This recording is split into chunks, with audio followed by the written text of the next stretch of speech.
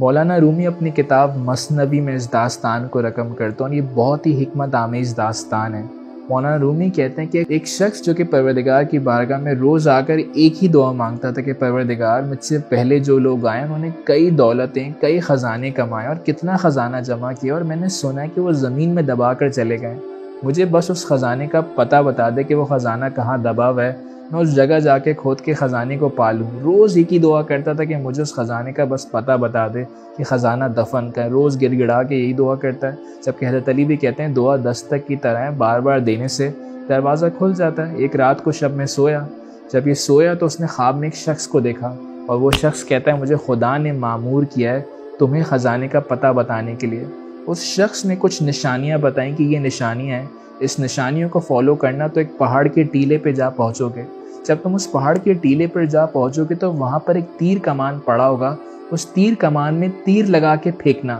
وہ تیر جہاں پر گرے گا نا اس جگہ پر جا کے کھودنا اور وہیں پر خزانہ ہوگا۔ یہ شخص خواب سے بیدار ہوا، نشانیوں کو ڈھونڈتا ہوا پہنچا تو بالکل صحیح نشانیاں بتائی تھیں، اور ایک پہاڑی کی چوٹی پہ جا پہنچا، وہاں پہ دیکھا تیر کمان بھی پڑا ہوا ہے۔ اس نے تیر کمان میں لگایا اور فوراً دل میں خیال آیا میں تو یہ پوچھنا ہی بھول گیا کہ تیر کو کس سمت پھینکنا ہے، تو اس نے بسم اللہ کہہ کے کہا قبلہ رخ سے شروع کرتے ہیں۔ قبلہ رخ تیر کمان میں لگا کے کھینچا اور پھینکا، تیر دور جا کے گرا، اور جہاں تیر گرا یہ وہاں پہنچا، اس نے وہاں جا کے کھودا تو دیکھا وہاں پہ خزانہ نہیں ہے۔ یہ دوبارہ ٹیلے کی طرف آیا، اس نے دوبارہ تیر کمان میں لگایا، کھینچا اور مغرب کی طرف پھینکا، مغرب میں جا کے جہاں تیر گرا وہاں پہ جا کے خزانے کو ڈھونڈا، دیکھا وہاں پہ بھی نہیں ہے۔ اس نے چاروں طرف ہر سمت میں تیر کو کمان میں لگا کے زور سے کھینچ کے تیر پھینکا، تیر دور جا کے گرا۔ اس نے ہر سمت خزانے کو ڈھونڈا، جا کر جہاں پہ تیر گرتا تھا کھود کر زمین کو، لیکن وہاں پر خزانہ نہیں تھا، اور یہ مایوس ہوا اور آ کر روتے ہوئے گھر میں پھر سو گیا، اور خواب میں دیکھتا ہے کہ وہی شخص آیا ہے، کہتا ہے کہ کیا ہوا خزانہ ملا؟ تو اس نے کہا تم نے مجھ سے جھوٹ بولا، مجھے دھوکہ دیا، تم نے ساری نشانیاں صحیح بتائی تھیں، وہ تیر کمان بھی وہاں پہ تھا، لیکن جب میں نے تیر کمان میں لگا کے چاروں سمت ہر سمت میں کوشش کری، بٹ مجھے جہاں جہاں تیر جا کے گرا میں نے وہاں جا کے خزانہ ڈھونڈا، وہاں خزانہ نہیں ملا۔ تو شخص نے کہا کہ میں نے تم سے کب کہا تھا کہ تیر سمت میں پھینکنا ہے، میں نے تم سے کب کہا تھا کہ تیر کمان میں کھینچ کے لگا کے پھینکنا ہے، میں نے تو بس اتنا کہا تھا کہ تیر کمان میں لگانا اور پھینکنا۔ یہ کہہ کے وہ شخص غائب ہو گیا، دوبارہ خواب سے بیدار ہوا، دوبارہ اس پہاڑی کی ٹیلے پہ جا کے پہنچا، اور اس بار اس نے تیر کمان میں لگایا اور بس پھینکا، اور تو جب پھینکا تو تیر بغیر کھینچے اس کے پیروں کے پاس ہی گرا، اور جب پیروں کے پاس گرا تو اس نے جب وہاں پہ کھودا تو وہاں پہ خزانہ جا نکلا۔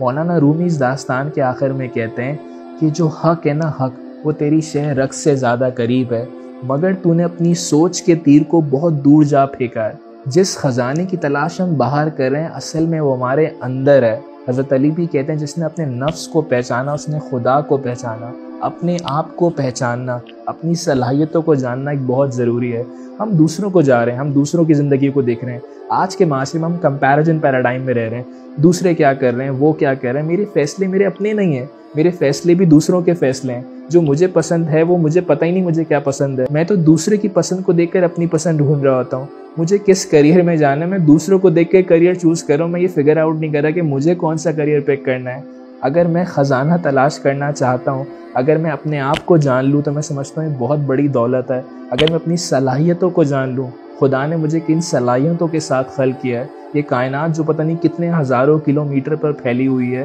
اربوں کلومیٹر پر پھیلی ہوئی ہے، اس کائنات سے زیادہ افضل ہے انسان، بٹ انسان شاید اس پر غور و فکر ہی نہیں کر رہا۔ مولانا رومی کی داستان یہی بات سمجھانے کی کوشش کرتی ہے کہ اپنی زندگی میں غور و فکر لائیں، اپنے آپ پر غور و فکر کریں، اپنی صلاحیتوں پر غور و فکر کریں۔ جان ایلیا بھی کہتے ہیں نا تم مجھے ڈھونڈو میں تمہیں ڈھونڈوں، کوئی ہم میں سے رہ گیا ہے کہیں، اپنے آپ کو ڈھونڈنے کی کوشش کیجیے۔ اس دنیا میں لوگ پتہ نہیں کیا کیا ڈھونڈ رہے ہیں، کن خزانوں کی تلاش میں لگے ہوئے ہیں، لیکن وہ اپنے آپ کو کھو بیٹھے ہیں، اپنی صلاحیتوں کو کھو بیٹھے ہیں، اپنے آپ کو کھو بیٹھے ہیں۔